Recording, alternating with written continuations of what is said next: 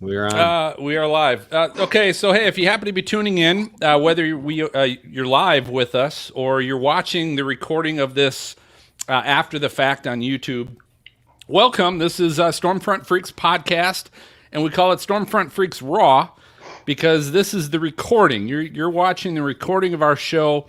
We end up taking all of this video and editing it down to an audio podcast that we upload a few days later, usually on Sunday. So the benefit is you're going to get all the in-between stuff and the edits that we cut out, which all the good stuff, right? That we cut out. But truthfully, a lot of times there is a lot of good stuff that you will get in between when we're actually doing our normal show. So welcome. If you are live and you're with us on Patreon, we'd love to see you guys go ahead and chat with us in the chat box. You got questions for our guest tonight, Jeff Piotrowski. The legendary Storm Chaser is going to be with us, so we're excited about that. Grab your caffeine so that you can keep up with him, because I found out last time he was on the show, I was drinking alcohol, and I lost him. Like 3-4 words into it, I couldn't keep up with what he was saying anymore. So now I brought my Mountain Dew. I'm going to be set tonight, so we're going to be good to go, Jeff. Well, the good news is I'm really mellow tonight, okay? So I have some black tea here, and I'm really tired from this winter storm, and I help, I don't know, I shoveled about 100 foot of driveway today, and I'm tired. So anyway, we're jigging out here in Oklahoma, right? So we got lots to talk about. How much more snow did you guys get here in the last 24 hours? We just had flurries this morning. Okay. This flurries today, but we did set a new record: 10 consecutive days in Tulsa, Oklahoma, with snow reported every day at the airport. Wow. Yeah. That is wild. What's the temperature right now? I think we're about mid-20s, going down to upper single digits tonight again, 8 or 9. Be our last cold night, really cold night. Wow. That's worse than Canada, by the way, right now, guys. Yeah. That's Yeah. crazy. Yep. We're Yes. sitting at the freezing mark right now. It's hopefully you'll send it down this way. We appreciate it. I was going to tell you guys close the door the other day, but it didn't work, did it? Yeah. All right. I drove. Oh, I Go was gonna say. Go ahead. I drove to work Monday morning at -28. So. Really? Yeah. Yep. Hey, Phil, I saw a little bit of an email chain. Did we lose now both Kim and Jen? Is that what I happened? was asking. I don't know. about that. I told Jen, I said, don't leave until you know if Kim is really leaving because she thought we had enough people on or something. And she's like, oh yeah, good point. And then that's last I heard of him. So I don't know. It's always a free for all. So people come and go, and Brady's supposed to be here too. So I don't know where he is. So I don't know. It doesn't matter, right? It's like the Treehouse Clubhouse and whoever. Maz is going to leave now too. Okay. You're leaving too, Maz? Oh, No, we don't can't hear you. Oh, he's like, So he's wondering why. It's so quiet. Can I make the words for him as he's moving his mouth? Yes, do that. A bad lip reading of Hi, Maz. I am Maz. I'm in my Now? giant house. Look how There you go. beautiful Yes. it is. Yes. Now you can, okay. All right, Exactly. so I could say, shut up, Greggles. All right. What did you do? What happened? I don't know. I'm like saying stuff and no one, and then it came no, up. we're not- There's this like warning, you may have to close your browser. They can't hear. I'm like, what do you mean they can't hear me? That's a hacker or something. I don't know. All right, so here's what I'll do. I'll go ahead and I'll do the what's now this normal quick little opening that I do, and then we'll come in and we'll do our official opening. We'll go around, find out what everyone's drinking to introduce our co-hosts, and then I'm going to go to Dan Wallace. He's going to be our Texas correspondent. If you guys have any questions that you want to ask him, I don't want to take a ton of time on it so we can get to Jeff, but if you guys have some questions that you want to ask Dan about what's going on in Texas right now, I want to be able to do that. So he's going to be our Stormfront freak, boots in the, what do they call that? Boots on the Boots ground. on the ground. ground. Boots on the ground. So we'll do Dan, and then Maz, I'll turn it over to you to introduce Jeff. You ready with that? Yep. And then we'll go maybe, I don't know, 20, 25 minutes before we take a break. Okay. Beautiful. Jeff, you got any questions? You good to go? I'm ready It's to good rock. to have you back on, man. I'm so excited we can make this work. There's Brady. Oh, Hey, what's up, guys? It's all good. You got Hey. power down there, it looks like. Yes. That's good. Finally, yeah. Finally, it came back on. It's a miracle. Okay. It's great. Yeah. All right, so I'm going to do the quick opening plug here in 3, 2. Hey, freaks, it's Phil, and hope you brought your caffeine because legendary storm chaser Jeff Piotrowski is here. We're also bringing our weather troll bot, our hashtag weather fools, and Brady's asking what happens next on episode 125 with the Stormfront Freaks. All right. Hey, is that Serena Marie? Yes. It is. Hey. Yes, it is. How's it How you going? doing? I It haven't is. seen You you haven't, since been November. on since we had Serena back on. No, I think it was last year I was on. I don't know. Okay. Yeah. I think it was. It was. This is true. It probably was. All right, so here we go. Who's making all Brady? Brady's making that noise. Popping popcorn. Mute your microphone, dude. He ran away. Wait, he is muted. Oh, is he? All right. You did it. Hopefully. No, he was. Oh, okay. I just looked. All right, here we go. Officially coming in. 3, 2. Hey, welcome to the most entertaining weather podcast. This is the award-winning Stormfront Freaks podcast, and it's brought to you by the Atmosphere Weather app. It's the forecast like you've never seen before. Download Atmosphere Weather now from your app store. Hey, thanks to our Patreon members, especially we got a new member page.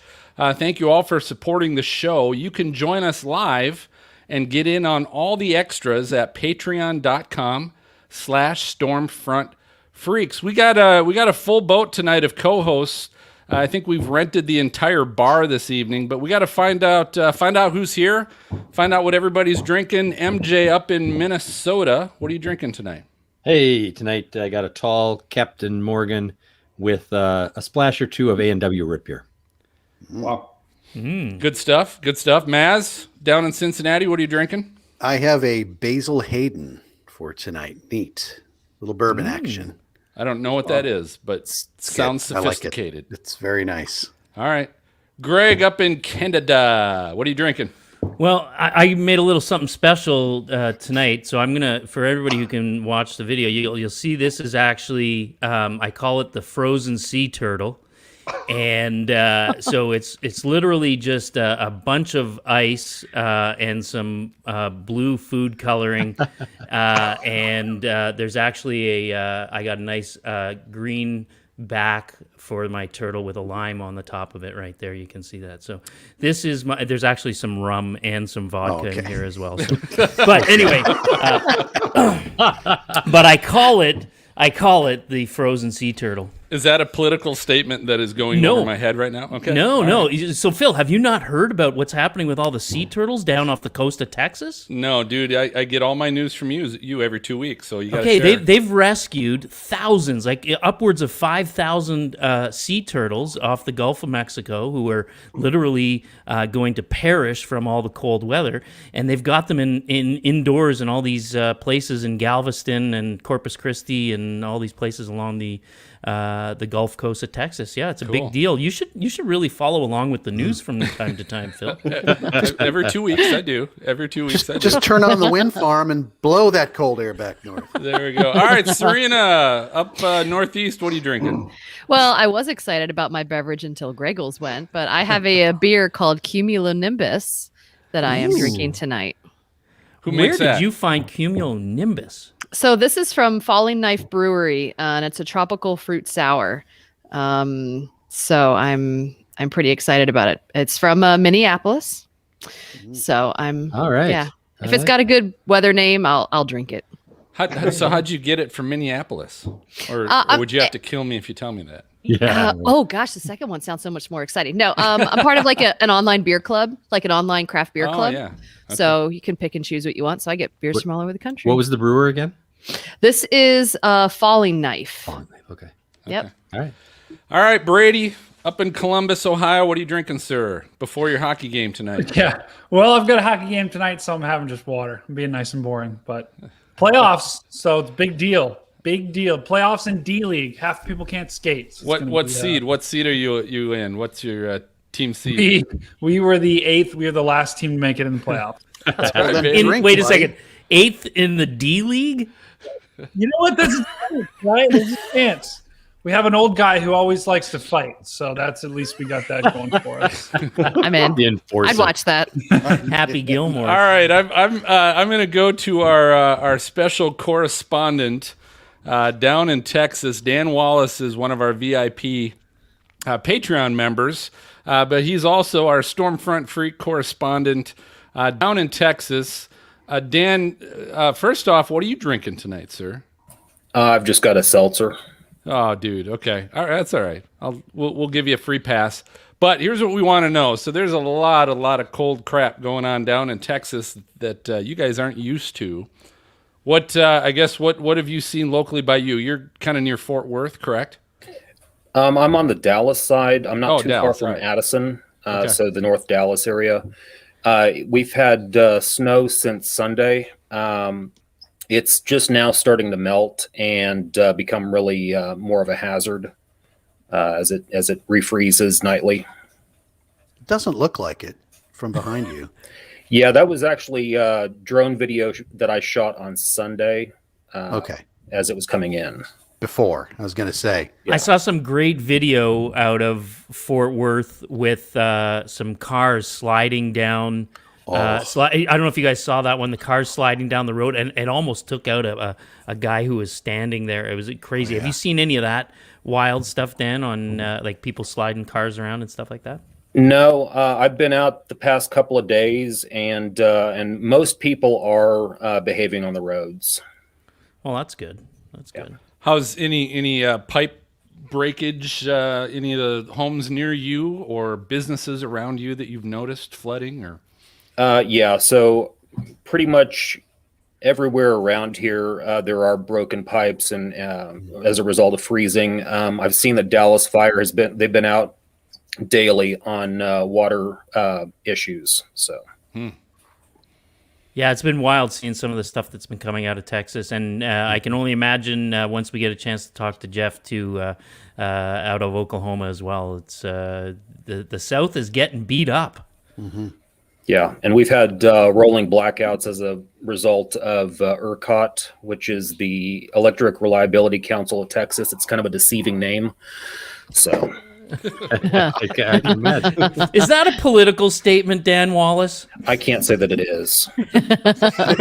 But he can't say that it ain't. It's just a power statement, right? Come on. You're supposed to have power. They're a power company. You know, the board, none of the board lives in Texas, and actually one lives in Canada. Oh, interesting. So now we're blaming Canada. Typical. It's Canada. like Back to I you, really Greg. feel that this whole weather thing, this cold weather that's hitting Texas and the South right now, is all being blamed on Canada. Well, it's from Canada, so come on, man. Nunavut, right? Nunavut, yeah, exactly. Unreal. good. Well, Dan, appreciate your feedback on that. And Maz, I'm going to turn it over to you. We can get to our guest. Awesome. I'm excited to introduce Jeff Piotrowski. Jeff has become a storm chasing legend, documenting and filming over, get this, 900 tornadoes, hurricanes, ice storms, wildfires, and every extreme of Mother Nature. Now, in 1994, Jeff received an Emmy Award for Day of Tornadoes for his coverage of the Gainesville, Texas F2 tornado. He currently is with Barron Critical Weather Intelligence and leads with his wife the Twister Chasers team. Now, Jeff, before we get to all the tornado and the Emmy stuff, since we're talking ice storms, tell us about what your thoughts are about what's going on in Texas down there and how that's compared to ice storms that you've tracked in the past. Well, that's a can of worms. The current ice storm in Texas, if you talk about, if you look back at '83, that we had a historic Arctic outbreak in the deep south, right here in Tulsa, as well as Texas.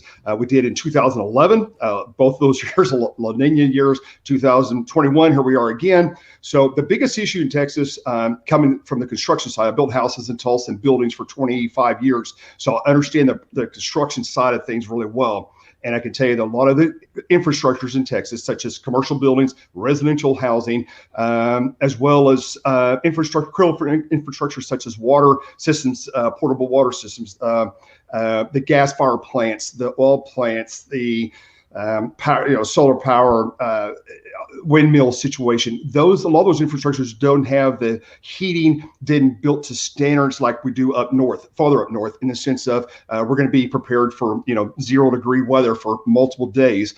We bury the water lines deeper in the ground than you do farther south. So it's a combination of those factors come together with an extremely brutal air mass, and it's caught a lot of people off guard in the sense of how severe it was going to be, and the depth, and the infrastructures were not prepared for that. That's the number one problem. It's that simple. It's not a windmill problem. It's not a oil problem. It is a combination of problems that led to this catastrophic event in Texas. And I can tell you that I've talked to numerous officials, both public, private, in the private sector, and government officials across the state of Texas, including calls last night to several large city fire departments and friends that work at those departments in high levels, and ask them how things are going. And they basically, the first call I made was to a particular city in Central Texas. And the guy, first thing out of his mouth, he goes, "Jeff, pray for us." He goes, "It's the worst I've seen in 45 years in this city." He goes, "This is what's happening." And so I think when the thaw starts over this weekend and next week, I think the amount of damage done to cities' infrastructures, fire departments, there are fire trucks that didn't have antifreeze in the diesel fuel, the pumps that are frozen, the 8 and 10 and 12-inch water lines, and skyscrapers that busted, that flooded 30 and 40 stories of not only hotels, but condominium complexes, homes busted, probably by the hundreds of thousands of homes that are going to have ruptures across the state of Texas. The amount of damage in the coming 7 to 14 days in Texas is going to be in the tens of billions, if not hundreds of billions of dollars in damage. It's going to be catastrophic damage, and the word is not even out yet about what's happened there. We have in the weather enterprise, we think we understand, but I can tell you, I'm talking to people on the boots there that are on the ground at high level places, and it is catastrophic, not just in Houston, not just in Dallas. It's a big chunk of Texas, and it's horrible what's happened down there. It's just unbelievable. Jeff, from what you're hearing, is the issue of water and the water lines, is that a bigger issue than, say, the natural gas issues and some of the things with the nuclear power plants and these sorts of things? Is it more the water? It's a combination. It's a once you have a cascading effect, if you lose power, then you don't have backup. And if your generators run out of gas and they run out of diesel, you don't have backup. But yes, water is a critical issue. I'll give you one short story. I cannot tell you the city because I don't want to compromise that relationship there. There's one in particular city yesterday during the day, they lost water. And they have certain parts of the city that's critical infrastructure for water cooling towers, for their electronics, for communications, for a big chunk of Texas. That building was compromised in the sense of equipment. The equipment rooms, computer rooms were overheating. They don't have cooling towers to cool the equipment to continue the communications. If you lose communications, all emergency communications between fire, police, and all the counties disappear. And so they basically almost had a meltdown in one of the cities last night.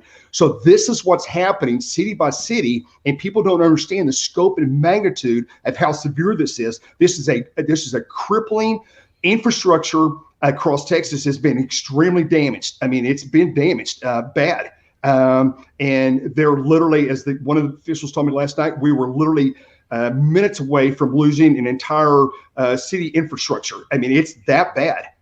In many cities in Texas. I think in the coming days, in the coming weeks, people will understand the scope and magnitude of this disaster in Texas, but it's catastrophic in many locations. And there's a need. Yeah, go ahead.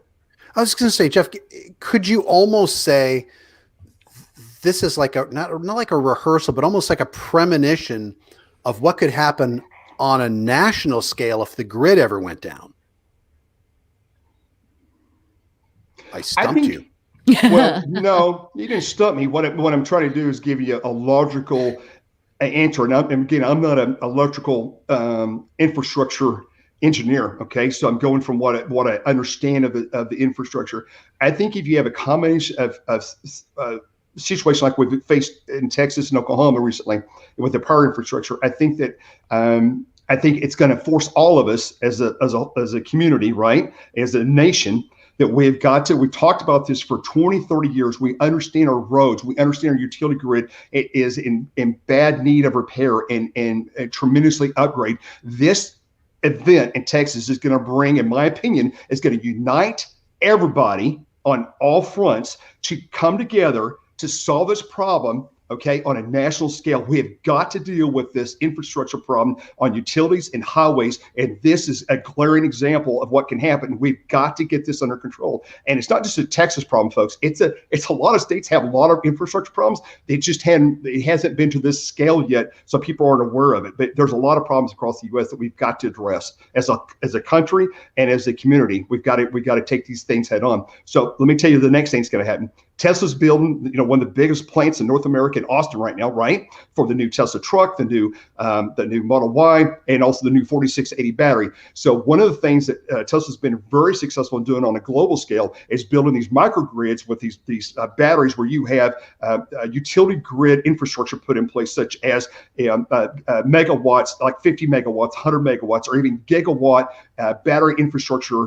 So that when the grid needs that power, in critical times, whether it's peak in the evening or if it's heavy loading time, they can supplement that with the battery backup and keep hundreds of thousands, if not millions of homes on powered up like they have in Australia. So this kind of technology needs to be deployed across the United States. And I'm not talking about one or two plants per state. I'm talking hundreds of micro plants built all over in all 50 states. This is the technology we have got to get behind and roll out nationally. It's a crisis. We've got to do this.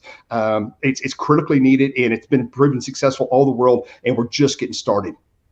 Jeff, you mentioned earlier, this happened in previous years as well. And you're not the first person that's basically hinted, I'm not putting words in your mouth, I hope, that this has happened before and people didn't fix it right the first time. I've had a lot of friends say, this isn't the first time it's happened. We should have addressed the problems, and we didn't. It seems like there's missed opportunities. Well, there's missed opportunities. This is kind of like, the building business. Whether you're building skyscrapers, or you're building homes, or you're building multi-million-dollar estates, I can tell you, when I graduated from high school in 1978, I started building houses right out of high school, okay? I was a building contractor, built about 20 houses a year. In 1978, during the energy crisis, I built all my homes with 2x6 exterior walls. This is in Tulsa, Oklahoma. I didn't live in Canada. This is Tulsa, Oklahoma. 2x6 exterior walls, R40 insulation in the attic, thermal paint windows, now a low E. Talking about geothermal, talking about electric floor grid, talking about radiant heat in the floors, and thermal heat pumps, and those kind of things. That is the technology I've been using for 35, 40 years in all my homes. That's how my current home is built. It's built with 2x6 walls, foam sealant. I will never build another structure again, ever, no matter what state I live in, whether it's Florida or Canada, that doesn't have a minimum of 2x6 walls and foam insulation in the walls and about 12 inches of foam in the attic, because that is it's been available for 30 years. This is crazy. We're not doing this today across America. It really is. So anyway, how much more is to do what you did? Is that much more expensive? An average home, let's say it's 5,000. Let's say you spend a couple extra thousand on the foam, you spend another 1,500 to 2,000. Of course, wood's went up about 40% in the last 6 months. So wood framing has gone up enormously in the U.S. in the last 6 months in the building construction. So if you take even a steel structure or a concrete structure and you put foam in it and you do those kind of things that lessen, it makes a better integrity for the structure. It also keeps the risk down as far as damage goes from waterline breaks in your house, right? So it solves a lot of problems, and it also you have lower utility bills, so the need of pulling all this power from the grid is lower. Okay, so when you start adding all these things up, it makes a lot of sense. I've been doing it. If I told you what my utility bills in my house right now, you wouldn't believe it. And it's I've got some of the lowest utility bills of any house I've ever lived in my life. But I went to extraordinary steps to make sure that I made the right decisions. Like I put a radiant barrier on the outside of the house, a reflective radiant barrier like they use on the space shuttle or using space shuttle reflective film. You've seen that, the mirrors like we put in our windshields on our cars. Same theory. You put it on the outside of your house in the south where you have real lot of heat, right? And we run a lot of air conditioning. You put it on the outside of your house before you put rock up, and it acts as a radiant barrier. And so when the wall gets hot, it hits the radiant barrier and it reflects that heat back out. So you don't have that heat penetrating the wall. And if you've got a fiberglass wall, that fiberglass absorbs that heat, and then it holds the heat till 11 o'clock, midnight, 1 in the morning. Same thing your attic does too. It holds that heat with fiberglass. When you're hot in the summer, you go up in your attic, it's 140, 150 degrees. When you get at 10 o'clock at night, you go up there, it's still 100 degrees. That fiberglass is holding that heat. If you do it with foam, non-conductive, better insulator, doesn't hold the heat. It's better at repelling the heat, keeping the cool in and the heat out, and then reverse in the wintertime. It's just common building practices. Jeff, you used the term, it just makes sense. Okay, so people still build in floodplains. People build in beach areas where beach erosion's a thing, and we know that the sea levels are rising. People still do that. You're talking when you say it just makes sense. You're making the assumption, I think, that people care about making sense, right? Like we have short memories, right? And this thing's gonna pass, and you know what? Same thing's going to happen down the road another time. How do you convince people that this is important? Insurance companies. Yeah, I guess. Yeah, that's yes, insurance companies. But here's the thing: if you've had I will tell you, as grown up as a kid in 1968 in Broken Arrow, Oklahoma, we had an extreme blizzard. And I remember I was a young person at that time, 8 years old, as a matter of fact. And I remember looking out my bedroom window, and the snow was up to the bottom of my window, and that was 6 feet off the ground. That was drifts. We didn't have power for 2 weeks. I remember the whole family had to get in one living room. I had gas fireplace. I had gas heat, on the stove. And I remember my mom, all the 4 kids were all in one room, and we did that for 2 weeks, and it was brutal. It was miserable. That never left my hand. So later on, when I graduated to high school, I started building. I was like, I never want to go through that again. So always have gas backup. And the one problem is, when I could talk about this for weeks, is that when you build in today's infrastructure, when I consult with my TV broadcast people over North America, and we talk about infrastructure, and you talk about communications, and you talk about things, I don't rely on one cell company to provide me telecommunications when out in the field. I have 2 to 3 backups when out in the field. If one cell service goes down, I have another one I can default to. If one utility goes down, I have a backup plan, whether it's the gas company, or I got geothermal, or I've got a solar, or I've got a solar battery pack in my garage. Going forward, we need to have 3 and 4 backups on a house. It doesn't cost a lot of money to do that. It's smart planning. And if the worst happens on one of the grids go down, guess what? I've got 3 more backups. So I've got plan A, B, C, and D. When you don't plan for success, and you have failure, it will cost you dearly. You will be miserable. And unfortunately, millions of people in Texas right now are miserable. A lot of them are due to not their fault, but they will have an understanding now. I promise you, going forward, both on where they're going to build, what kind of house they're going to build, if they're going to have any kind of power backup, and what those power backups are going to be. Their entire perception going forward, I promise you, if you live in Texas and you've been without power for the last 10 days, or your home's been flooded with water, I promise you, going forward, when you rebuild or they rebuild, they will take a different direction. There's no doubt in my mind about it. I've been through this I've been through this hundreds of times with homeowners, and I can tell you that their perception will change after this event. It will change. Jeff, when you were in the Boy Scouts, did they give you the Prepper Merit Badge? I was not in the Boy Scouts, but I did have the Explorers in the fire department. So yes. I have to admit, I've never been so fired up and excited about building materials before. I'm ready to jump out there and kick some butt over just 2 by 6. That's Jeff's effect on everybody about everything. This is not the conversation I was expecting at all. No, I know. Well, look, I have a lot of experience in the building. I've built hundreds of homes in Tulsa, hundreds of homes, over 450. And I can tell you, I've built houses, I've built estate properties, I've built commercial buildings, I've done developments. This is not my first rodeo, okay? And not from storm chasing, not from seeing structures tore down. I understand litigation. I understand threats. I understand if you build in a flood zone, are you going to build it on concrete pilings? You're going to build it 25 above the flood zone. If you're building down in Florida, you're building in New Orleans, are you going to build the houses on 30-foot steels? So the next time a Katrina comes in, you have 35-foot storm surge at Bay St. Louis, your house is above it. Those are common sense things. Look at history. It will repeat itself. What's happened now, it will repeat itself. Is it next week? Is it 10 years from now? It's going to repeat itself. So yeah, you got me fired up, not about the weather. It's about just common sense building. We've got to rebuild this infrastructure in America. We've got to do it smartly, which includes all kinds with solar, battery backup, wind farms, oil and gas, and it's going to be the whole package. It's got to be everything. It can't be just one thing's going to solve the America's energy problem, right? It's not. I'm very animated about it. I'm very full throttle about what we're doing going forward. And weather's one thing. Let's talk about. I'll slow down here a second. So weather globally. Sorry about that. The weather globally, it brings all people together. Would you agree on that? Yes. So no matter where you live in the world, it's the one thing we can all talk about, right? It's when I tell clients and my friends, when it's raining or snowing outside, that is pennies falling out of the sky. And what I mean by that is, if you're an entrepreneur, if you're a business person, if you're in business and you sell windshield wipers, you sell tires, you sell roofing products, it's an opportunity for you to use that weather to help you understand what people's needs are, right? It's all driven by disasters, and it's driven by what people's needs are and what they want to build a safer home and to build a more energy efficient home and to build a more fire resistant for the wildfires out in California.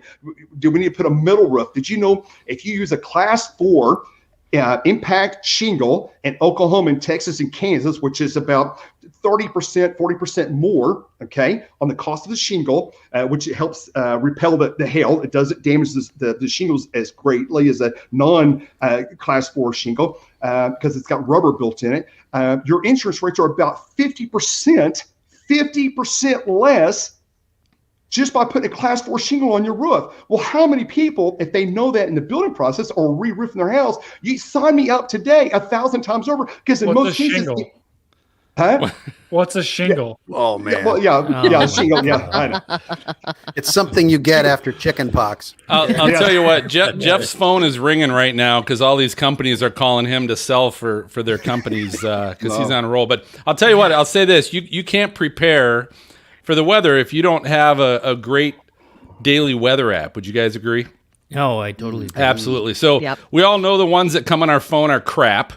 And all the other ones don't get us weather geeks all the details we want. So Atmosphere Weather has an app called the Atmosphere Weather app. It's the official weather app of the Stormfront Freaks podcast, and it has the daily weather features you're looking for.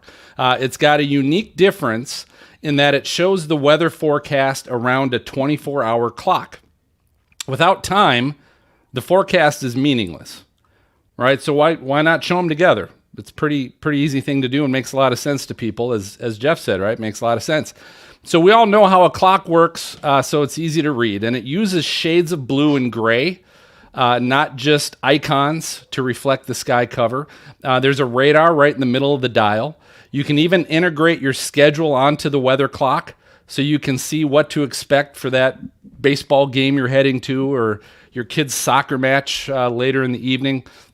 It's also become my go-to weather app every day. And if you try it, it's going to become your daily weather app as well. Atmosphere Weather.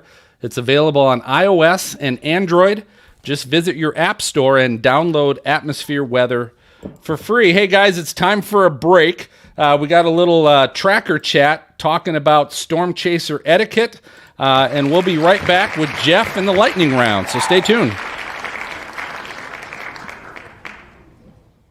MJ, that was awesome with the full screen. It was like the finger of God behind him, crushing the eye. What? Storm chaser. Behind you, You're had talking about the storm chaser stuff in the background. Yeah, That's Jeff's Hurricane Laura nice. footage. That's awesome. So it was. I look familiar. Yeah, we need to talk about this year. This year's you better get ready for this year. Well, that's what my next question's when we come back. That's what my question will be. I'm loaded. I'm loaded for information. So Dan, let's bring Dan in. Dan, you got any questions for Jeff? Not at this time. That we're not covering? Okay. No. We'll bring you back to later. But so that's going to be my first question is kind of what Jeff, you're going to see what you see maybe this year coming, and maybe talk about some of the storms you've already been on already this year. Yep. So we will hit that. You guys, anybody else have any questions? MJ, is my volume any better, or? I think it's okay. I mean, it wasn't terrible, but. So, Jeff, do you sell windshield wipers and all that you were talking about? No. Phil, I'm gonna have to probably have to leave around 10:05. So if I leave abruptly, That's why. well, you're going to be the first segment Perfect. coming out of second break, and then you can ditch. But Also, you can't you're- leave before then, buddy. You're not allowed to play, or you're not allowed to play the art game because you might know the videos. Oh, I'm okay. All right, I won't. That's fine. All right, so then we'll come back and keep going. Anybody questions for anybody else? We're good to go. All right, so here's what we'll do. We'll come back in. We'll go maybe another 10 minutes, 15 minutes with Jeff. We'll hit the lightning round and take our second break. Okay. Sounds There's good. the finger. There's the Crazy. finger of God behind you, Phil. You see it? Right here. Hey, come on! No, what are you talking? Oh, Jeff's finger. Oh, Yeah. his. Okay, I didn't know what you were talking about. I'm like, You're full what? screen, and I was like, "What is Okay. going on?" Back All right. So here we go. We are coming back in 3, 2.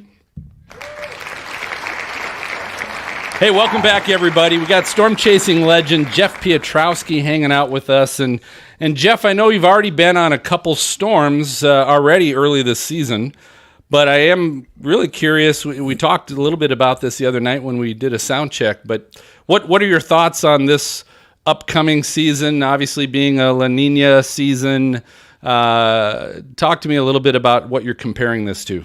Sure. So if we look back at 1983, a very similar situation with the winter, brutal cold, lots of snow in the deep south. 2011, which is also, we had brutal record temperatures, 31 below zero in Oklahoma, set new records, and we had 2 back-to-back blizzards. When next we set a new state record, snow record just northeast of here at Spavino, 31 inches. Very similar to this year. So a La Nina pattern again. So if you look at NOAA's forecast for this spring, where they are focused on potentially the most tornadoes and potentially the biggest hailstorms, they basically runs from Tulsa to McAllister to south of Fort Smith to back up to Springfield, Missouri, back north of Joplin, back over to southeast Kansas, back into eastern Oklahoma. 2 weekends ago, Saturday, we had upper low come out. This is a January event. We had tornadoes just north of my house here, about 50 miles. It was it overperformed in the sense of how many tornadoes are produced and what had happened that day. This year, just like we've seen right now, I went back, I pulled the SPC data for 1983. I looked at 2011. Those springs produced an abundance of tornadoes, both in Oklahoma, Arkansas, and Louisiana, both a lot of F-Zeros, F1s early on in the March and April, similar to like right now the cold Arctic areas went into the Gulf, and we'll have continue to have some deep south invasions over the next 45 days till we get until middle to late March. These cold snap on and off. It's going to, not as severe as what we just had, but we're going to continue to have this over the next 45 days. We get late March, things start ramping up, the 25th, and then as we get into early April, things continue to ramp up, but we're going to probably have less tornado days, but also more tornadoes on the days that we do on the bigger outbreaks. The other thing, if you look at the ensembles, you look at the CBS, you look at the GFS, you look at the GM SIPS model, the monthlies, for most of the plains, Kansas, Texas, Oklahoma, and New Mexico, were above normal temperatures anywhere from 2 Celsius to 4 to 6 Celsius in the Panhandle during April, May, and June. We're below normal on precip by 2 to 4 inches each month. So again, we're going to have warmer, above normal temperature, which means hot capped air mass. Signs of the drought possibly coming back in western Oklahoma, western Kansas, Texas Panhandle. So I look for a kind of a hot cap deal. Storms fire in central Oklahoma. They come east in the deeper moisture, and the atmosphere will be super ripe. So I'm looking for eastern Oklahoma, northeast Texas, eastern Kansas to be the battle zone this year. It's going to prove itself right again. So if you go back and look at 83 numbers, look at the tornado tracks in 83, look at the tornado tracks in 2011, it's going to be similar, not exact, no 2 years are exact, but I think we're going to have some big events, and I think eastern Oklahoma is clearly under the gun.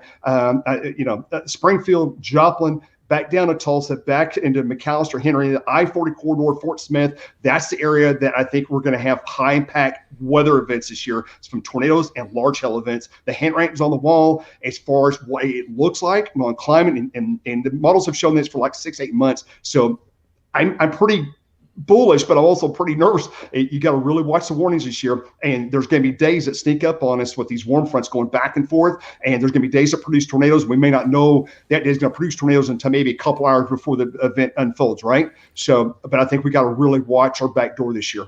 Jeff, I gotta ask you a question here.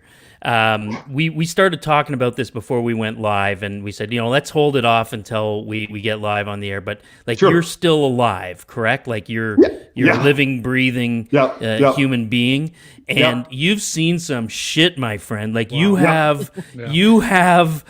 Okay, listen, I don't know if any of the rest of you have seen it, but I watched live, Jeff, the night when you got attacked. I think that was in Texas, wasn't it? Uh-huh. Yep. Tell us that story. Like, you got attacked? That was right after the Dallas tornado, wasn't it? Is that the night of the Dallas tornado? Yeah. So, so I was periscoping and followed the tornado northeast of Dallas and went out in the country up to the northeast. I don't remember all the towns I stopped at, but anyway, it was pitch black, a lot of damage, and I had stopped out in the country and saw a local sheriff there and stopped to see if I could help assist. There were some people's houses blown away, so I stopped to see. It was a farm, and I had literally about a 60-second encounter with a local sheriff deputy. And he said, "Hey, I understand there's another tornado coming." And I looked at my phone app, and sure enough, there was another tornado about 5 miles south of us coming up toward our direction. He goes, "What should we do?" I said, "We need to, bail to the north, let it pass south of us. We'll come back down because now we got all this damage everywhere. Second tornado is going to pick up the debris. High line chance we're going to get impacted or hit by debris." That's what we did. I leave that scene. I let the tornado pass. I go back south on this highway. It's pitch black. I see a gentleman running down the road, holding his head, running full heat. And I thought, wow, that guy might be injured. And so I turn around, go back and check on him. He'd already closed the path from the time I turned around to where I saw him. And where I turned around was maybe a quarter mile. He was dead heat run, trying to get to my vehicle before I got turned around. When you're out in the field, you always have these intuitions and little angels that tell you, hey, something's not right with this situation. I had my seatbelt on. I had my door locked. I had my avalanche at that time and drive. Obviously, I'm in drive. And the guy was in the middle of the road when I got back to where he was at. And I could tell as soon as the headlights hit him that things weren't right with this individual. I didn't know if the guy had got blown out of his house. I didn't know if he had a head injury. I didn't know what was wrong. So one thing led to another. And I asked the guy 2 or 3 times if he needed help. And basically, I never really got an answer except that I had my window down about this much, and he reached his hand in, grabbed my throat, choking me. He grabbed my throat and was pulling me out the window, and I had my seatbelt on with one hand.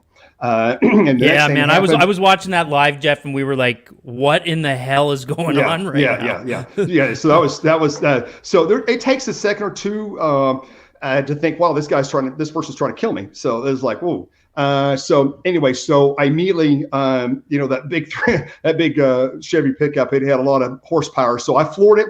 And about that time, the next thing I see is when I raised my hand up to get him off my neck, that's the first thing it did. Your first reaction it is kind of like flee, get away at all costs, right? And so when I did that, I tore both my rotor cups instantly because they were on fire. And so I knew I was injured. And the next thing is after I got his hands off, he came back and grabbed my shirt, but then he had a knife in his right hand, and my door caught his hand from stabbing me, the door frame. And at that point, when I saw the knife, I was up to about 30 miles an hour, and I said, okay, this is going to end. It's going to end right now. And I took the car. I'm up to about 50, and I'm going left and right. The first time I turned the car, he came into the car, into it, and I was, wrong direction. And I go back the other way because I was going to roll the truck. I didn't care at that point. It was over, right? And so either I'm going to be dead or he's not going to be hanging on the truck any longer. So he flung off. I immediately punched it hard, and I saw a local county sheriff, canine officer, didn't know he was canine, until about 2 miles down the road. And I get to the officer, pretty shook up, and tell the officer the guy just tried to kill me, and that I said, you got to be prepared. He's going to attack you as soon as you get there. By the time the officer got back down the street, he was on top of, he'd already attacked another individual. He was on top of a lady's car with a kid in it, kicking in the front windshield. So this person was out of control. These are not That's the insane. risks you think of when Yeah. you go storm No, chasing, no, right? Like, No, like, no, but hey, what's Greg, the scary part? What's the scary part? The tornado or the guy with the knife? Right. Well, I mean, so that's, that's one, look, come on, that's once in 40 years that's ever happened. So the majority of the time when you're out in rural America or even a metro city, and I've been in some of the, after tornadoes, I've been in some really tough areas. I'm not going to kid you, but I can tell you, I've never had an encounter where somebody wants to harm you because they know you're there to help them, right? You're there to pick up the pieces. Because a lot of times when you pull in to town, you're the only one's got headlights on, and you got a phone and you've got a radio, and you're communicating with the emergency manager or the police or the highway patrol, and you're saying, "Get help! This town's just been leveled, or this person needs help, or they need ambulance attention." They generally don't mess with you, as a rule of thumb. They're very generally. Most people are very glad you even showed up. So this is once in a lifetime event. But I had the wherewithal to flee the situation. I knew I was injured. I knew a lot of people had been injured and killed that night in Dallas. I had numerous people calling me. My phone blew up from all over the world, literally. And a lot of police had reached out to me seconds after the attack. Begging me to go to the local hospital there. And I said, no, I'm going to not do that right now. I want to get out of Texas. And I went out west to cover the blizzard. And then the following day I went to the hospital and found out I had severe damage in both shoulders. So anyway, it was not a pleasant experience. It was very traumatizing. And luckily the person lived, and the person's was mentally ill and had been mentally ill all of his life. And so the prosecution through the court, signed him to a place where he needed help, and he's been hospitalized and has been for years, and he's getting the help he needs. And so luckily I'm alive, he's alive, and he's getting the help he needs, and I continue to storm chase. Wow. That took a few years off your life, I'm sure. Aren't you like 39? Yeah. It definitely had a pucker factor. I ain't gonna kid you. I mean, it was scary. Which was the bigger pucker factor, that one or when you were in the car wash in Hurricane Harvey? You were in the car Oh my wash. God, I remember that. The Hurricane Harvey was a piece of cake compared to that situation. Oh my God! Wow. No shit. Yeah. Hurricane Harvey. I mean, Hurricane Harvey. Don't get me wrong. It was. Hurricane Harvey was just. It was incredible. I mean, matter of fact, one of the people I talked to last night in a particular city, I cannot tell you what city, his exact quote was to me, I said, "How are you doing?" And he said, "Jeff, this is Hurricane Harvey for the whole state of Texas." That's exactly what the guy told me. I'm like, wow. Wow. Well, I'll tell you what, that was the sound. It is time for our lightning round, Jeff. So this is our game show of flashy and brilliant questions that we always play with our guests. We invite everybody else to play along as well, especially our Patreon members hanging out in the chat. But tonight, I've joked that you got to bring the caffeine tonight if you're having Jeff on, so that you can be on the same wavelength, right? Because otherwise, you're just not going to keep up. And fortunately, I've been drinking some Mountain Dew, so I'm been good, Jeff. I'm with you, man. But we're going to play a game tonight with everybody. And it has to do with discontinued soda pop. So discontinued soda pop, caffeine, right? That's kind of the nature of what this is about. So here's what I'm going to do.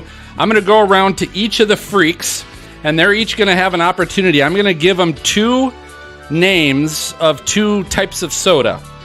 One is an actual soda that is no longer available. It actually existed at one point, and one is totally fake and made up. And so the freak has to decide what's the real soda that existed at one point. And then Jeff, your goal is either to agree or disagree with them, right? Okay. Like, yep, I picked that one, or no, I think it's the other one, right? And so that's what we're gonna do. And for everyone you get right, you get a point. And if you happen to get one wrong, then the freak is going to get that point. Make sense?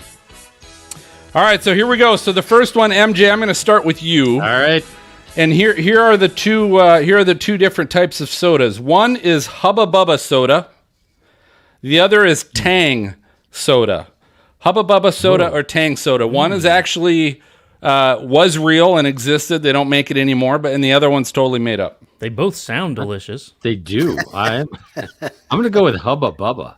It was real. Okay, right? so Hubba Bubba was the real soda. So that's what MJ says. Jeff, do you agree or disagree? Disagree. Nope. Hubba Bubba soda actually existed. It was a bubblegum flavor soda. I kind of wondered. Oh, that wow. because of the I Hubba missed Bubba that. bubble Dang. gum. Yeah. So year was that Tang made was in? the orange juice. What year was that made in? It was in the 80s. All I remember seeing was it was in the 80s. I don't know what year. 1930, I bet, probably. Right? No, Hubba Bubba bubblegum. That's not Yeah, that was 1930, Brady. They still make it, Brady. What are you talking about? Big All right. review, man. Come on. So Serena, I'm going to you. Here we go. You got either Cherry Diet Right or Coca-Cola Black. Oh, What do you Cherry think Diet was Right. the real one? You'd Cherry say Diet Right was the Cherry real one. Diet Right was real. Jeff, do you agree or disagree? I agree. what? That is Coca-Cola Black was a coffee-flavored and extra caffeinated Coca-Cola. Like you need to Wow. extra caffeinate. What? Sounds That's horrible. Black, I never had BLK. Oh. That's the drink of Coca-Cola. kidney stones, isn't it? Yeah, Coca-Cola Yeah. BLK. All right, so let's go, Maz. Maz, we're going to go with you. Yes. Yes, sir. We've got Ironside Mountain Dew or Crystal Pepsi. What was the real soda that no longer exists? Crystal Pepsi. All right, Jeff, do you agree or disagree? I agree. That is correct. Jeff gets a point. Crystal Pepsi was that clear cola, no caffeine. Yeah, I Wait, remember was they I- had like a Super Bowl commercial for it when it They first did, came yes. out. No. Was I supposed to bluff him? No, it doesn't matter. You Oh, can do okay. whatever you want. If he gets it right, he gets the point. If he doesn't, then you get it. All right. So, Greg, you ready for Yes, this one? This yes. is fitting actually for you. Okay, all right. Canada Dry Ginger Spice or DNL. DNL. One of them was a real soda that no Okay, now longer. DNL. Let me think of what that acronym would stand for. Could be a lot of things. It could be anything. Well, listen, I'm going to go. I've never heard of Ginger Spice Canada Dry, so I'm going to go with DNL as the real but no longer available soda. All right, Jeff, what do you think? I disagree. DNL is actually it was a caffeinated 7-Up answer to Mountain Dew, and it's 7-Up upside down. If you take Really? 7-Up, DNL. you flip it upside down, it's DNL. Ah, Some marketing guy Was made that his sold money on that week. Lever. Was that sold only in Canada? No, Canada Dry Ginger Spice was considered to be Seven's not sold. A letter. 7's not a letter. How can All it right. spell D? All right, Brady, we got a different one for you, The okay? heck? So here we go. So the last one, Brady, Josta or Holiday Apple Cider Coca-Cola? Definitely Josta. Josta, what do you think, Jeff? I agree. That is correct. Josta was a cola with guarana. It was like one of the early energy drinks. The thing wasn't with guano. All right, so pretty good, Jeff. That's not too bad for sodas that none of us have ever heard of anyway. So that's pretty darn good. So great job, Jeff. What do this? How can listeners find you on social media and find your videos, all that good stuff? Find people trying to kill you with knives. No, hope not. Tornado Yeah. Alley video on the YouTube side, and then Jeff_Piotrowski on the Twitter side. Very good. What are you going to do now that Periscope is gone? We've got multiple platforms that we can go on. Good. I'm sure you Plug in do. the spring, Jeff. Stand by. We'll be I'll be watching you in the spring, baby. Yes, yeah, there'll be some exciting stuff. We're gonna blitz all channels. That's all I'm gonna say. You're doing it all now. Okay. I'm Okay. gonna blitz all channels. Yes, we're gonna break. I'll tell you we're gonna what. break new records. Yeah, that's good. That's good. Hey, it's about time to celebrate storm season with some new gear. So at WXShed.com, they've got a huge selection of weather-themed merchandise, including Stormfront Freaks shirts, beverage containers, and stickers. Go to WXShed.com and click on the Brands tab. You can find all your Stormfront Freaks favorites right there. So it's time for our final break.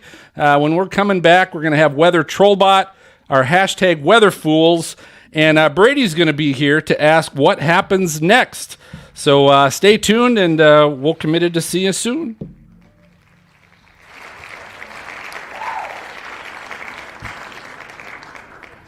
MJ. That wasn't working. See you- Well. see you MJ. soon. Yes, sir. Will you throw up Curtis Fafard's last comment? I think Jeff would enjoy seeing that. Yeah, I see that. Oh, you see that? Oh yeah, I see that. I've already. Jeff action figure. Yeah, Jeff action figure. Yeah. Yeah. So maybe we call it the Jeff action figure has a like a shield Shoulder on action. one. Yeah, he's Yeah. got a shield. Shoulder action. Yeah, shoulder action. Right. You push a button on its back and his shoulders go like this. Yeah, blue shield. Yeah, blue shit team. Yeah, something. Yeah. Dan, any questions for Jeff?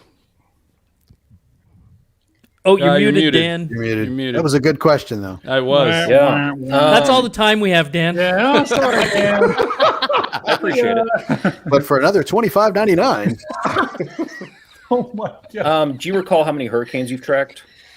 Over 45. Wow. Well, it's probably 15 this last year, right? I mean, it's my God. I think I know every single road in Louisiana. Oh my gosh. Oh my god. Were you in Lake Charles? Yeah, swimming. Yeah, a number of geez. times. Yeah. I saw a guy come out of the middle of the lake the morning after. I'm not kidding you. It was. I'm not kidding you. It was crazy. So that's Jeff. It looks like there's some big, huge bridge that must go over Lake Charles or something that's got a real steep incline or decline. Is that right? Oh, yeah. I saw Big time. a picture of that during the snow that they just got, Yes. and I'm I saw like, it. oh my God, how are people getting up and down that steep incline of that bridge? That would be very Crazy. scary. Yeah. Cool. Well, hey Jeff, you're welcome to stay, or if you got to go, you got to go too. I understand. We just got a few more segments we're gonna do, so it's up to you if you'd like to stick around and Yeah, I'll be in the stick around. peanut I like gallery. her. Yeah. Good. All right. We got peanut gallery. That's good. All right. So here's what we're going to do. We're going to start, Brady, with you. How are we doing on time? We got 10 minutes. All right. Got to get moving. Yep. So we're going to start with you. What happens next? I'm going to open you with a little unbelievable. Okay. So then Brady's going to do his video segment, and then we're going to get to explain what it is, and then we get to try and figure out what happens next, and then let everybody know they can see the videos. Or actually, yeah, if you're going to send me those links on episode 125 show notes. Then we're going to Weather Fools, Serena. Okay. I have two. I have two. Okay. People can share their screens now. Anybody else with Weather Fools? Oh, I have one.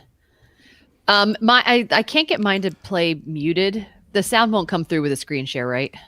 it could, but I think if it's a Google If it's a Chrome tab, you can Chrome tab, you can. uncheck the audio. It's You can either- it's a TikTok, and I'm not Yeah, they TikTok won't. smart. Yeah, it won't. Yeah, if you share that, it won't let you share the audio. It only lets you share audio if it's a browser. it'll be in a foreign language anyway. So, So you'll have to do the bad lip reading for us. Okay, I can do that. That's fine. All right, That's got and then we'll go to and you'll start with the Who Weather Who's that? Fools. Okay. Bob O'Reilly. And then again, steer everybody to the episode 125 show notes.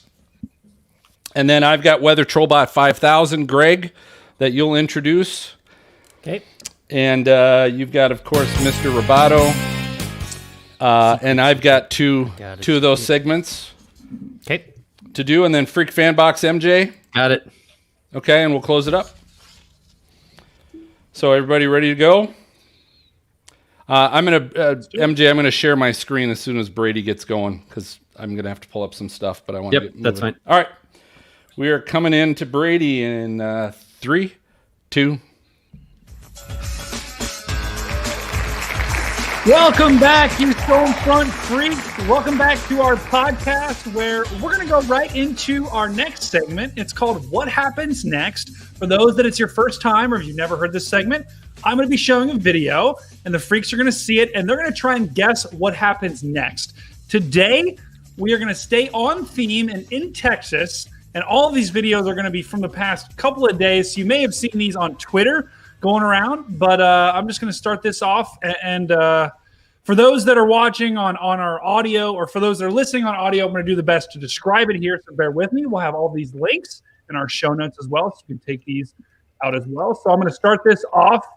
So this is in Texas. If you can't guess what happened down there, you have a car backing out of a driveway, and he starts to back out, and he stops. What do you guys think happens next? Lightning strike. He slides down the hill. He starts kind sliding, of a yeah. spin. Down the hill. It's like you guys have seen this before. Yep. So this is a car. He literally is backing up, and he starts to go forward. no. He legitimately cannot turn. He just starts sliding down the hill out of control. Yep. You can tell it's just a sheet of ice, man. And you just got to feel for that guy. He must just be panicking. I would love to know what's at the bottom of the hill. No kidding. Was he speeding? Yeah, I think you could get out of that ticket, Maz. Yeah. I'd like to know how many mailboxes he took out.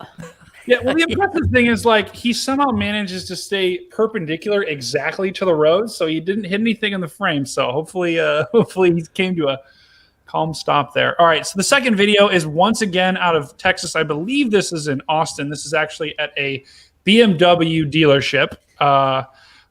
So a guy is about to go open a door. You can hear there looks like there's some water on the wall. Yeah. What do you guys think happens next? Water pours out. Yeah, I'm going to say the room is full of room is a pool basically. Clown jumps out.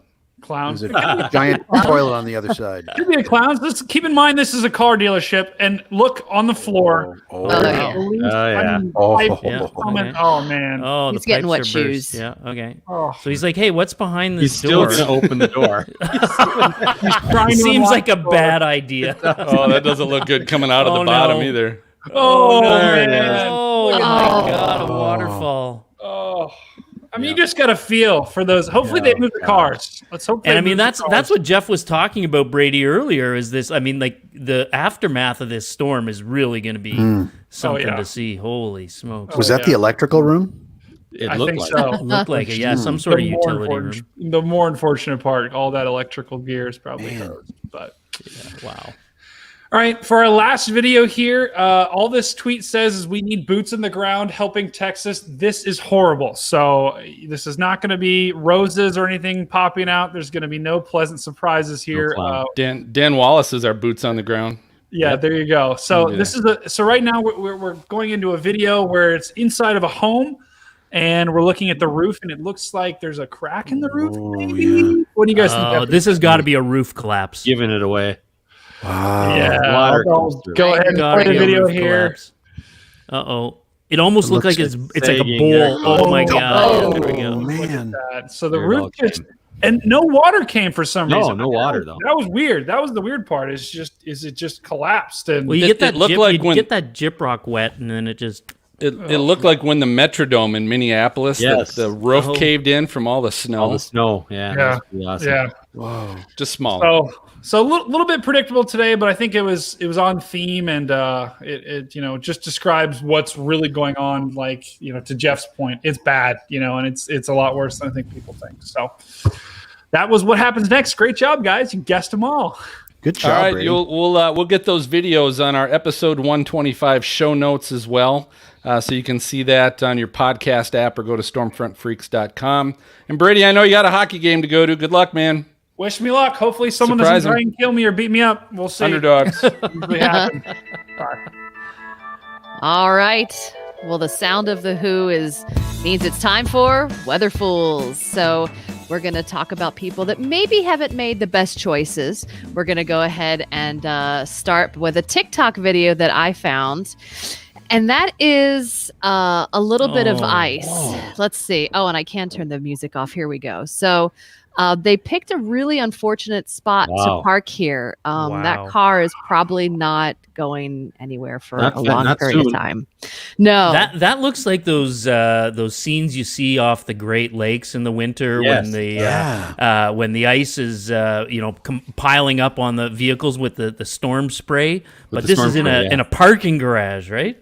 Yeah, this is in a parking garage. So the guy recording, it's not his car. It's someone who lives in the same, facility that he does there. But I guess you're gonna have to start looking above you when you park in parking garages now if cold weather's coming. So At least the water's not running still. no, Yeah. I Until wonder it if that back- thaws, probably, right? Yeah, I wonder if the windshield's gonna collapse in the back on that one. It's interesting. Remember as kids, we used to eat the icicles? Remember that? Yeah, but they say that that's not good because there's bird poop They in do them. say it's bad now. It's bird poop off the roof. So anyway, They do. So up next here, Greggles, yeah, here you've got a couple weather fools to share. yeah, I mean, I've got a couple. This first one, some of you have seen the video. This to me is the most dramatic piece of highway video you will ever see. This is from Wisconsin. Absolute terror. When I put this into motion, now what you can't see in this video right now is that along the highway, this is after a snowfall, and the snow plow has pushed the snow up to the edge of the highway overpass. Obviously, there's nowhere for the snow to go, so it builds up along the side. And as I put this into motion, if you watch on the left side, you will see a truck come into frame from the left, and it hits the bank of snow, and that's a 70-foot plunge Goes right onto over. the highway That is below it. And here it is again in slow motion, a 70-foot plunge. He hits the snowbank, goes right up over the side of the highway, and narrowly misses a car that was going underneath. The guy survived. Yes, he was fall. Landed Holy upright, and he was okay. Is that unbelievable, right? Oh my God! Wow. Yeah. Now the second weather fool that I have, and this really truly is the definition of a weather fool, is this scene from Texas. So this is a Texas highway in I believe the Dallas area. People got stranded. They're missing their cars. Because of the snow, and now there's these three people. I'm assuming it has to be dudes because only dudes would be dumb enough to do this. But three dudes are walking down the freeway. This looks like I-35 actually. Yeah, and not on the side. They are not on the side. They're down the freeway. middle of the road, and there's vehicles passing by. And we've all seen how vehicles do in Texas in nasty weather with snow and ice. And these three guys are walking down the middle of the road. I think this is the definition when you look in the Webster's dictionary for a weather fool. This is what you would actually see as these three dudes. Oh my gosh, this so reminds me of one of the videos I think you posted on social media, Greggles, with the truck that slid down and it like hit a car, and these two people they were outside of the car on the ice. And these cars are coming by. It's like, you're gonna get squished by cars. What are you thinking? I was surprised those guys didn't get killed. Yes. Yeah. Oh my goodness. Yeah. Wild. All right. Well, my heart's pounding out of my chest for these people. Now, Phil, I hear you've got a couple weather fools. I do. So everyone likes to go sledding, of course, and sledding is a lot of fun. And we've had some people down in Texas with an opportunity to learn what that's all about. But this is a tweet, I think, actually from Levine Photography of people sledding in Texas. They're on a sled with a pull cord behind a pickup truck in a parking lot. And of course, they're whipping them around with lots of trees and light posts in the area. What could go wrong? What could go wrong? Yeah, what could possibly Yeah, go wrong? so this just gives you an example of must be what Texas sledding is. Probably not a lot of hills in Texas, and they just keep going around in circles. Don't stop too fast because it'll plow right into the back. All right, so that was Texas, and then we had some friends in Alabama as well with an opportunity to learn what snow is all about and figure out how to sled. Now, these guys are doing it behind a four-wheeler, and he is in like a pickup truck, like a truck bed or bed, soming. Oh, And he's holding onto a rope. That feels very Alabama. headliner. Watch his neck. His neck snaps when he That falls doesn't down. look fun. Yeah, that doesn't. Watch his right Why here. is he standing? Oh my God! Why? Why would you stand? I have to feel that there's some alcohol involved in this. I can't tell. Does he have a helmet on? Liquid Was he that courage. smart, or is it just his hair? I can't tell. I don't think. Yeah. Oh, man, that's just brutal. Oh my goodness. Do you Well, find that when you see these weather fool videos that you tend to want to watch them over and over and over? a little bit. Proverbial train wreck. Yeah, I have a problem with watching people slipping on ice, and especially when they lose their shoes. I don't know what it is. It gets me. It's like the greatest thing. I've watched hundreds of those in a row. Anyway, so if you're addicted to weather fools like we are, check the show episode 125 show notes for all the links and the details, so you can watch them profusely like the rest of us. All right. You know what this means? Oh no. This means it's time for Weather Trollbot 5000. This is There you go. This is probably one of the favorite segments here on Stormfront Freaks, and this is where our fearless leader Phil goes out and he trolls the trolls. He scours. He scours the dark web for these people, and we all know these people. And listen, Jeff Piotrowski probably has as many of these as anyone else. He's got trolls, people who, no matter what he posts, will have something negative to say. We all know these people. We've seen them. Well, Phil goes out and he finds these trolls, and they troll our weather friends, and he takes that information that our weather friends have replied to these trolls, and he puts it into Weather Trollbot 5000 and spits out what those people were really thinking. Phil, what do you got for us tonight? Well, so I warn everybody, and Jeff, I'm going to have to warn you because this is your first experience to Weather Trollbot. If you watch us live or you're watching the stream of Stormfront Freaks Raw, the YouTube version, put your earmuffs on if you've got sensitive ears or if the kiddos are around, because Weather Trollbot, as Greg knows, doesn't hold back. Not at all. Right, and so I've got two examples tonight. You're going to like this, Jeff. So the first one is from one of our listeners, Paige, actually sent this to us. Lauren Linehan, who's a meteorologist at WTVM in Columbus, Georgia. She had someone send her a message. The guy's name's Pete Jackson. We're not afraid to throw people under the bus. Pete Jackson said, "Happy birthday, Lauren. Now go eat your birthday cake through a picket fence, horse face." Whoa! Giddy up. Whoa! Whoa! Ridiculous. Whoa! But she must have had some sort of professional response, though, Phil. She does, yeah. They always respond nice, but you also know this maybe isn't what they're thinking. But here's what Lauren responded with: "Not before you go wash your mouth out with soap, you miserable human being." That's pretty fair. I think that's a fair response. Totally fair. Yep. But Lauren wasn't really thinking that. No. I mean, that's not what she was really thinking. Mm-hmm. And so we got Weather Trollbot 5000. We're going to plug all this information in, and she's going to spit out what Lauren was really thinking before she made that response. So we got to type it in. Then she's going to compute.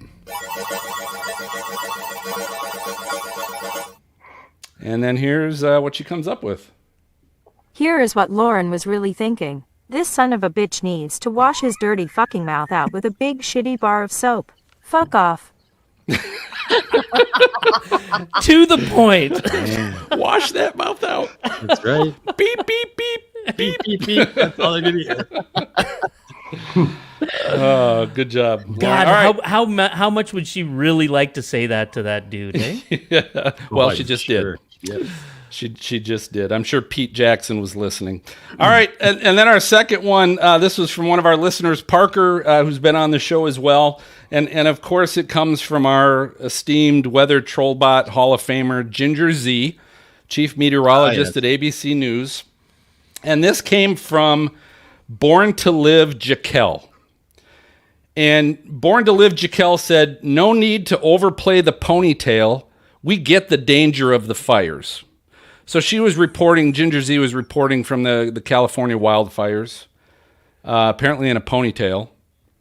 And Born to Live Jaquel felt she was overplaying it. I don't know, but here's what Ginger responded, right? Professional, all that good stuff. Always, yep. Ginger says, "What are you talking about? I put my hair back because it's breezy. What would you have me do standing near the El Dorado fire? Is a pony an overplay?" Question, right? Seems reasonable. Yep. But Ginger's, we've learned now through Weather Trollbot what Ginger usually thinks on these things. So we're gonna pop that. We're gonna plug this in,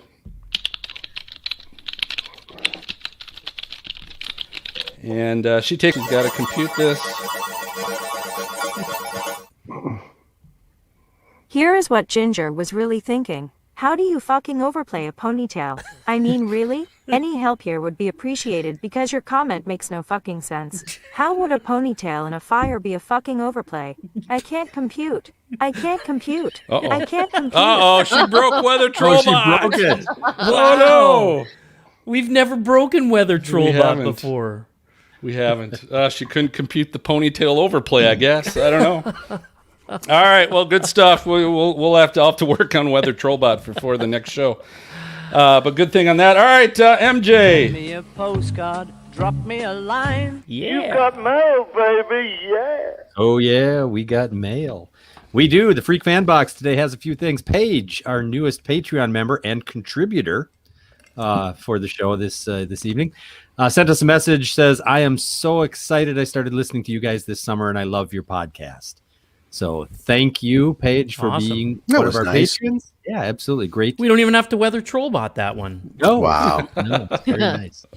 So great to have you with us. Andrew checked in on Twitter. This is at Storm Chasing MD. Andrew is a physician. Loves our podcast. Says keep on doing it. So thanks for the tweet, Andrew. Awesome. Always appreciate hearing from our listeners, and we want to hear from you too.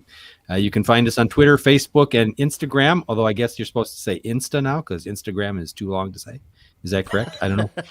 That's what the kids are doing now, MJ. Exactly. Okay. Yeah. All right. Or you can go to the old email and questions at stormfrontfreaks.com. But we love hearing from you. So there you go. You can go to our AOL account. That's right. Yeah. That's what you can do. We should actually give out your mailing address too, MJ, if anybody wants to post Send in us a case. letter. Yeah, exactly. Well, I think that just about does it for this episode of Stormfront Freaks podcast. Thanks for listening or watching. Before I announce who our next guest is going to be, if you do like the show, don't forget to subscribe or to follow the show so you get notified and you receive the latest episodes delivered right to your podcast player the moment that we release those. Also visit patreon.com/stormfrontfreaks. You've heard us talk about that a little bit. You can check out all the ways you can support us and how we can do more with you, like live access to view our raw recordings and chat with us. We do our monthly virtual happy hours with our freaks, and you can even join us and our guests in the green room of our show recordings. You can visit patreon.com/stormfrontfreaks to join the team. And again, all of you that support us, again, thanks for doing that. Special thanks to our guest tonight, Jeff Piotrowski. Jeff, thanks for joining us. Thank you for having me. Legend. Yeah, we had a great time. And again, thanks to our Texas correspondent, Dan Wallace, as well. Boots on the ground. Our next episode, we're back in 2 weeks, recording live and raw on March 4th. With the Hurricane Man himself, Josh Morgerman is going to return to the show, so we'll get a chance to chat with Josh some more. But for MJ, for Serena, for Maz, Greg, and Brady, who's went to play hockey, I think that about does it. I'm going to signal the all clear, and we're going to catch you guys all next time. So have a good night, everybody.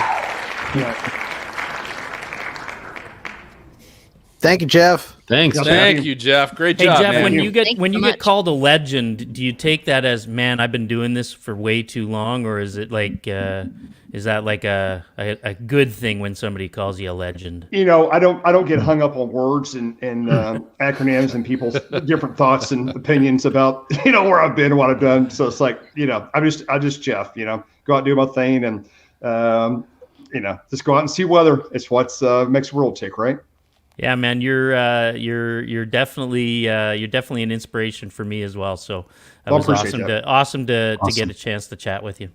You bet. Thank you, guys. I appreciate it. Good. Thanks, sir. I hope Appreciate we it. didn't scare you away with Weather Trollbot. Yeah. Yeah. No,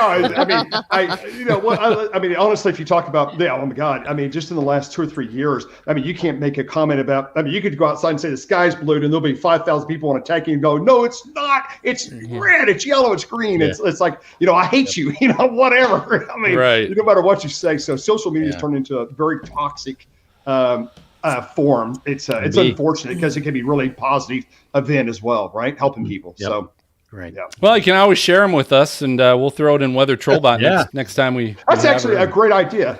Yeah, I love all the comments you get when you're out doing a live. You're stopping to help somebody or do something, and you got people from overseas or somebody in another country going, "You shouldn't do that. Why are you doing that? You shouldn't be out chasing. Why are you doing this?" You know, it's like all those comments. It's like, oh my God, get a life.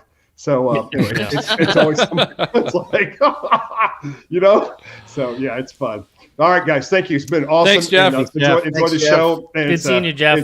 It's kind of interesting because we talked about things that normally I don't talk about, which is kind of fun, right? Yeah. So it is. It was a good time. So we showed a little side that people don't know about. So it's good. All right, guys. And good luck. Good luck much. this season. We'll maybe see you on the road. Yeah. You will see us. Thanks, guys. Right. Be safe this year. Really, Take care. safe. That's fun. He's good. Yeah. All right. Say bye to everybody. I'm ending the broadcast. All right. Okay. Thanks for bye, joining us, everybody. guys. Curtis, thanks for joining us yet. Yeah, I was absolutely. taking shots, by the way. Yes. That's not Caught what it. I do. He saw that little tiny window. He saw me taking Yep, shots. he did. I had a little Washington apple. Okay.